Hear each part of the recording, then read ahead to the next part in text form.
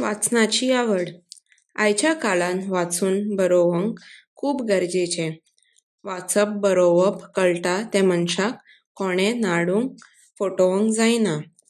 व्यक्ती आनी बुद्धीचे वाडपा खातीर वाचन म्हत्वाचें.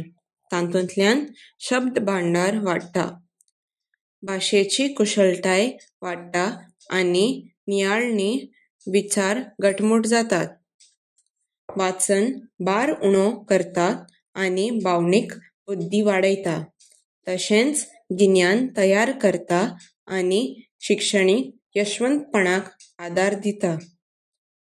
वाचनांतल्यान मनीस सत शिकपाक आनी माहिती मेळोवंक शकता.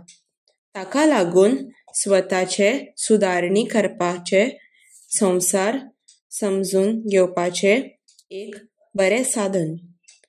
नेमान वाचपाची संवय आपणावप नव्या विचारांक, संस्कृतायेक आनी अणभवाक दार उगडटा आनी व्यक्तीक आनी वेवसायीक जिवीत समृद्ध करता.